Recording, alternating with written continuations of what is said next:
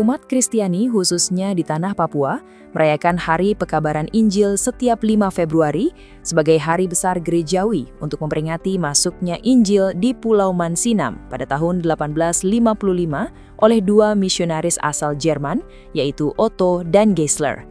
Peristiwa ini dianggap sebagai awal peradaban Kristen di tanah Papua. Di klasis GKI Mimika, peringatan Hari Pekabaran Injil dilaksanakan dengan menggelar ibadah di masing-masing gereja. Ada sebanyak 36 jemaat mandiri dan 2 jemaat persiapan dengan jumlah jiwa sekitar 38.000.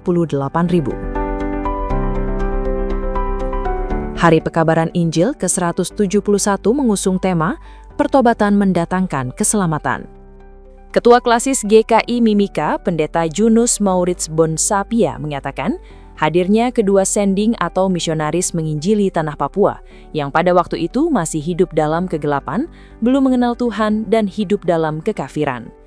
Sehingga Injil itu juga datang karena Allah mengasihi orang Papua, mengasihi semua yang mendiami tanah ini. Injil hadir mempersatukan berbagai perbedaan baik suku dan budaya. Dalam konteks sebagai gereja, hadir untuk bersekutu, bersaksi, dan melayani. Ia berharap umat Kristiani dapat memaknai perayaan ini dan meninggalkan kebiasaan lama yang tidak sesuai dengan terang Injil Kristus dan firman Tuhan. Gereja juga hadir menyuarakan kaum termarginalkan dan peduli kepada alam ciptaan Tuhan sebagai anugerah yang diberikan Tuhan dengan semua kekayaan di atas tanah Papua.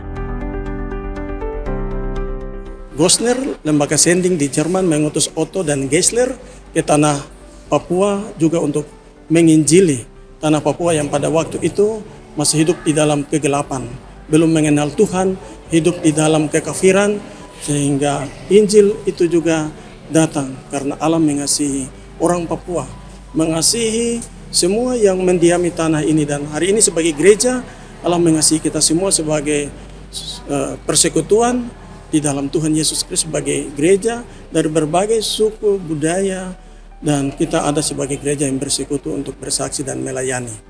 Nah, harapan kami sebagai pelayan firman yang melayani di saat ini, kiranya dengan pemberitaan firman Tuhan, kita semua dipanggil untuk berbalik arah, berbalik meninggalkan kebiasaan lama yang tidak sesuai dengan terang Injil Kristus dan firman Tuhan dan hukum-hukumnya, dan kembali kepada Tuhan, melakukan hukum-hukum dan berdampak kepada aspek persekutuan, kesaksian, dan pelayanan.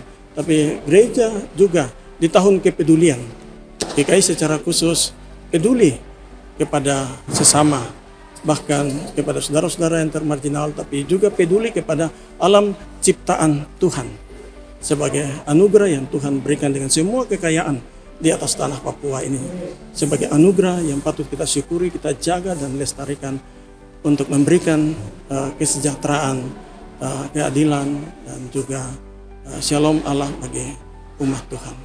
Nah, kegiatan menyongsong HUT Pekabaran Injil di lingkup klasis GKI Mimika itu kami percayakan kepada panitia, dalam hal ini jemaat GKI Fidolorosa Sempan, di mana puji Tuhan jemaat ini telah mengorganisir beberapa kegiatan menyongsong perayaan HUT di tahun ini, ya, dengan beberapa kegiatan, yaitu sambung kata menjadi kalimat yang sempurna di dalam satu pelayanan.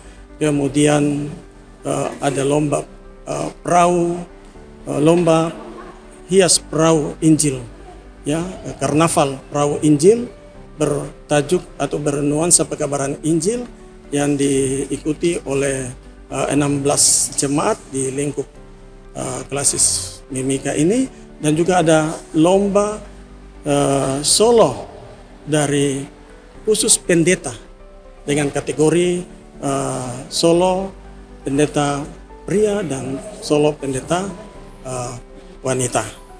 Dan puncak daripada kegiatan di lingkup klasis untuk jemaat-jemaat itu adalah dengan ibadah KPI, ibadah kebaktian penyegaran iman yang berlangsung di MNM pada tanggal 3 Februari. Semua yang kami gereja lakukan Injil Kerajaan Allah. Tetap berkumandang, menerangi Papua, memberkati Papua, dan gereja menjadi mitra dari pemerintah dan semua pihak untuk ikut melayani dan membangun tanah Papua demi kemuliaan bagi nama Tuhan. Selamat hari ulang tahun pekabaran Injil di tanah Papua yang hari ini kita syukuri dan rayakan. Tuhan Yesus memberkati jemaat-jemaat Tuhan dan semua denominasi gereja yang lain dan semua yang tinggal di atas Papua, karena Injil telah membuka tabir kegelapan dan kita telah hidup dalam terang Injil Kristus dan hidup bersaudara, hidup sebagai persekutuan dan sebagai sesama yang ada di atas tanah ini, diberkati oleh Tuhan. Shalom. Eci Emsen, Restu Andri melaporkan.